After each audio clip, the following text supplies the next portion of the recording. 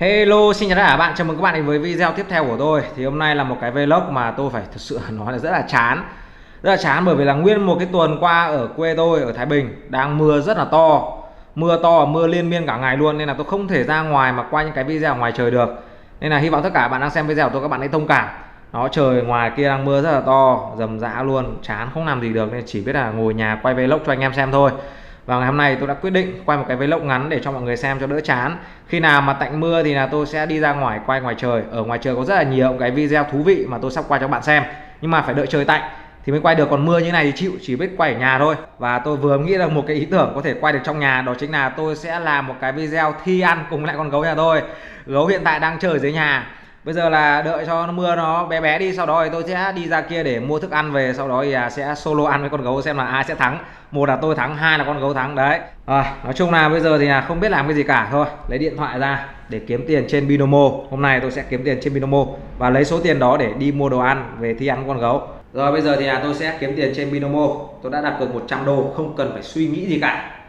Kiếm tiền đấy là phải quyết đoán đấy, đặt cược luôn, không cần phải biết nó như thế nào, cùng lắm là mất tiền thì ok. Đậu xanh bây giờ là tôi đặt chiều hướng đi xuống, biểu đồ đang đi xuống rồi, chỉ cần cứ đi xuống là ngon, còn đi lên coi như là cụ đi đấy. Đấy vừa mới nói xong lại vỗ lên rồi, đậu xanh mất 100 đô rồi, đi xuống một cái đây, come on, úi rồi ôi đi lên rồi, vỡ mồm rồi, quả này thua chắc rồi, quả này mất 100 đô rồi, úi rồi lại còn lên thế này nữa là thua. Ok, tôi quyết định là thua quả này và tôi sẽ đặt cược 400 đô ở cái lần gia tăng tiếp theo. Rồi 400 đô, bây giờ là sẽ đợi cái biểu đồ này đi hết, thua chắc rồi đó, thu tập 0 đô. Rồi nói chung là kết quả giao dịch là tôi chả kiếm được đồng nào cả, mất 100 đô rồi. Bây giờ tôi sẽ đợi tiếp cái biểu đồ tiếp theo, xem là cái lần đặt cược 400 đô này tôi thành công hay không. Ok, come on.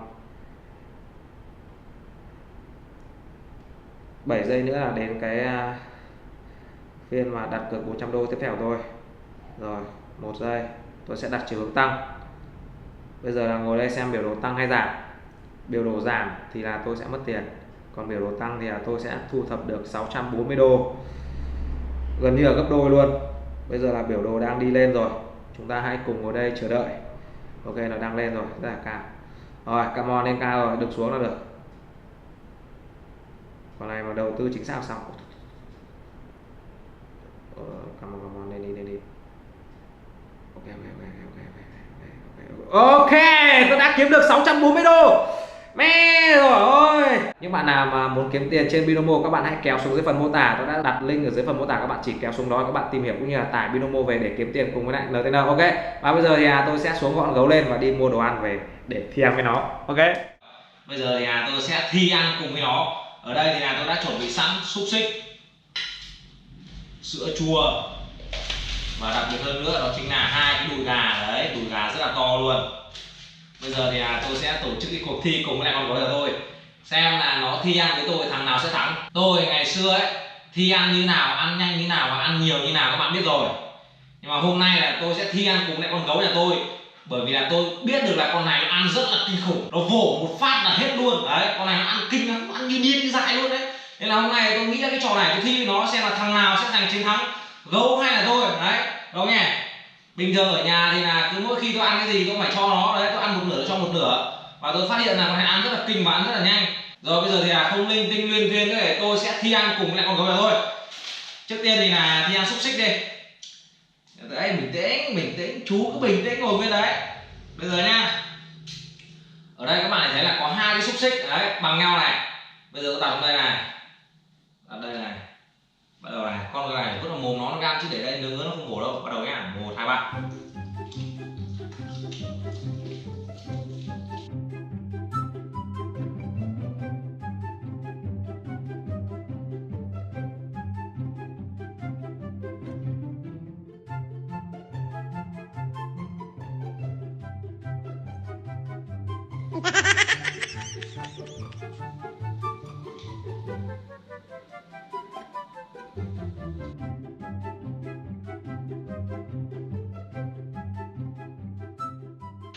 Con này nó ăn nhanh mách được luôn.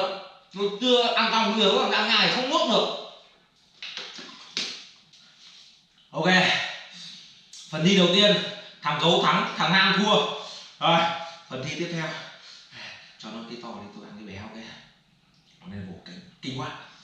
Rồi nha, 1 2 3.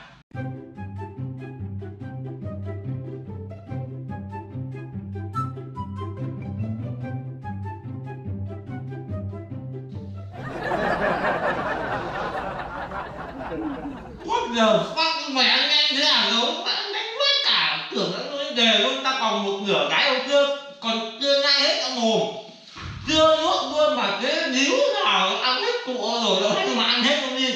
Phần thi thứ hai thằng nam thua, thằng gấu lại thắng 2-0 đã giành về rượu của gấu. Ok rồi thành nhá, chưa ăn xong thôi.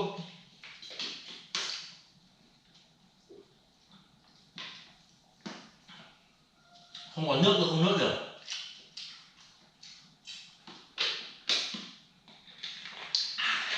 Rồi.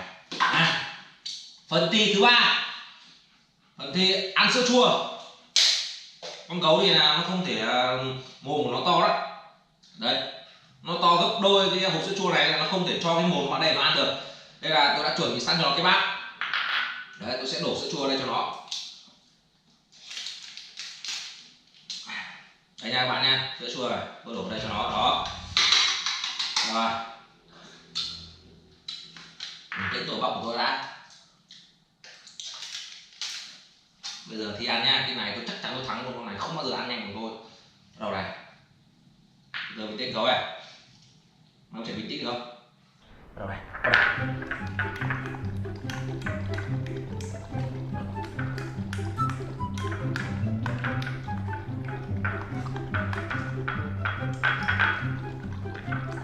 thằng nam thắng, thằng gấu thua 2-1 nghiêng về gấu, thành vẫn thua nó 1-0. Bây giờ sẽ gỡ hòa cái ăn đùi gà.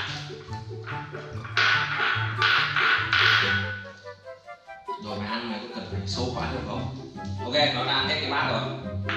Và bây giờ chúng ta sẽ tiếp tục đến cái phần thi với đùi gà. Mày ra đây mày ngồi mày che hết cái màn hình rồi. Đấy, cứ chổng clip vào khán giả thì cũng được. Ra đây, ra đây. Ra đây. Nào gấu. Đây. Ra đây, ngồi xuống. Ngồi đây. Ngồi đây, ngồi đây, ngồi đây. Nó nằm đấy. Đó.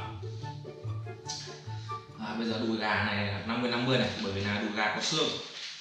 Mà gấu này tôi không ăn được xương. Đây là đùi của tôi, đùi của nó đây. Nên là bây giờ tôi sẽ bóc ra thịt thôi, chứ xương nó không gặm được, ăn vào sợ nó hóc. Rồi, bây giờ là phần thi giữa tôi với lại gấu. Đây là của gấu, đây là của tôi, gấu này. Đây.